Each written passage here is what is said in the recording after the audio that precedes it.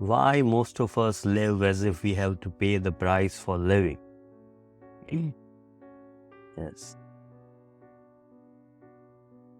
We are born without bringing anything and die without taking anything.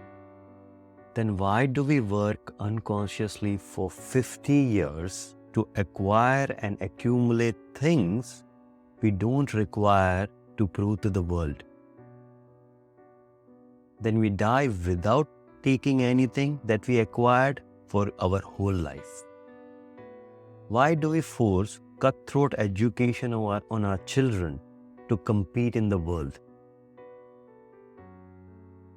Why have we never had an education of being, but had the education of all the objects of the world and mind and body and achievements? Why do most of us live life as if we are compensating for a sin? Why? It's simple. Because we live in fear. We experience many types of fear. They are like different leaves on the same tree. You can waste your life plucking every single leaf, as there are thousands of them, or you can strike directly at the root of the tree and destroy all the leaves of fear. One shot, destroy all the leaves of fear. Then the fear leaves will cease to grow. Let us investigate the root of fear. All fear arises from a sense of mind's cultivated lack. All fear stems from a sense of learned unworthiness that the outside world imposes on us from childhood. Our mind has cultivated a feeling that we are incomplete and that lack is to be filled with different forms brought from the outside world.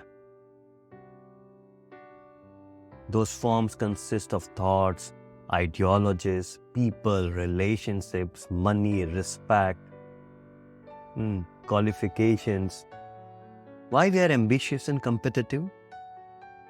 See, when you have the feeling of lack or unworthiness, you become ambitious and competitive. Because you always feel lack inside, so you want to achieve, prove. So you are compelled to achieve and acquire more and more, placing your self-worth on external things. Now, as you are always concerned about how others perceive you, your whole sense of self-esteem, self-worth, and self-concept depends upon the world. All identities are derived from the outside world, yes? Everything you value is now coming from outside yourself. Your thoughts and assumptions are, I am unworthy, and will only become worthy after acquiring such and such things to prove to the world, after acquiring this and that. Remember, this is all conditioned. This is a part of your childhood training that says you don't matter without achievement and accomplishment. The competitive school drills on your brain. So you grow up and go out and succeed. But now your entire sense of self is based on outward successes.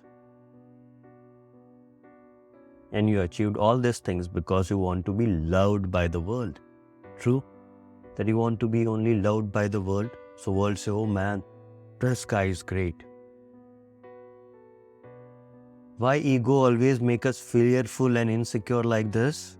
Why are we always in fear and continuously feel our sense of lack with this or that?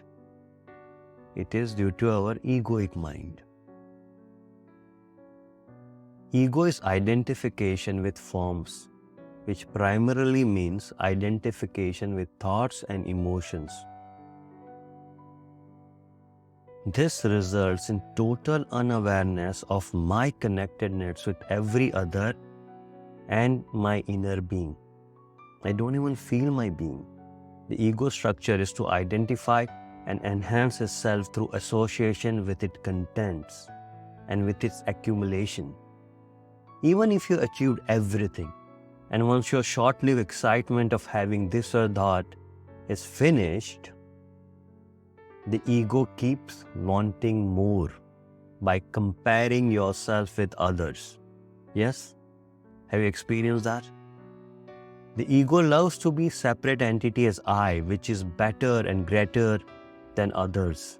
As of course, the ego lives on separation. Ego hates the present moment, as it is preoccupied with the worry of the future or regret of the past. Time, which is past and future, is the lifeblood of the ego.